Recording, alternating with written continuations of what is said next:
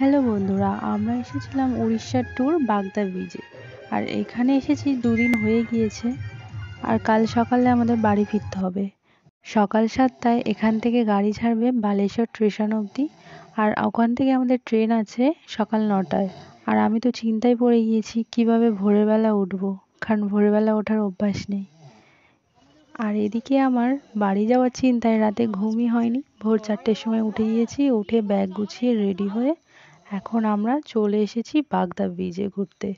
আর এই অন্ধকার ঘুটঘুটি ঝাউবন দেখতে পাচ্ছ, এর ভেতর থেকেই আমরা 4টে মেয়ে এসেছি। আমরা এখানে আছি ঠিকই ক্যাম্পে, কিন্তু এই জায়গাটায় আমাদের আসা হয়নি, কারণ আমরা এখান থেকে অন্য অন্য জায়গায় ঘুরতে গিয়েছিলাম, যার কারণে আর এই জায়গায় আসতে পারিনি। চলে যাবো ওই জন্য এখানে এসেছি। এই জায়গাটা না ঘুরলে মনটাও খুঁতখুত করছে, ওই জন্য সাহস করে আমরা 4টে মেয়ে চলে এসেছি। আর সত্যি এখানে না যদি আসতাম তাহলে বুঝতেই পারতাম না এখানকার সৌন্দর্যটা।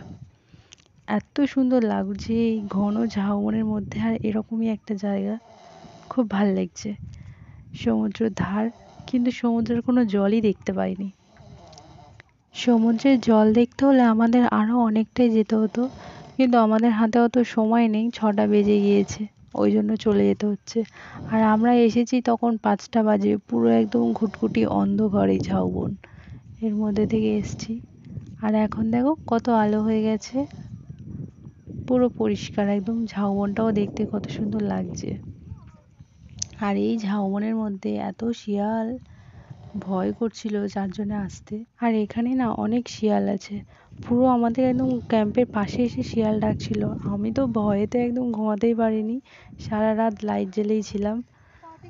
আমাদের ওখানেও শিয়াল আছে, শিয়াল ডাকে, কিন্তু এত কাছে থেকে আওয়াজ শুনিনি, দূরে থেকে আওয়াজ ভেসে আসে, তাতে ভয় লাগে না। আর এ তো পুরো ঘরের পাশে এসে শিয়াল ডাকছে, আমি তো ভয়ে হয়ে গেছি, একটুও ঘুমাতে পারিনি 2 রাত। তো চলো বন্ধুরা, আমরা তো সব রেডি হয়ে বেরিয়েছিলাম, এবার বেরিয়ে পড়বো। আর আমরা চলে এসেছি বালেশ্বর স্টেশন। আর এখন আমরা বাড়ি যেতে থাকি। আর তোমরা চ্যানেলটাকে সাবস্ক্রাইব করতে থাকো। টাটা।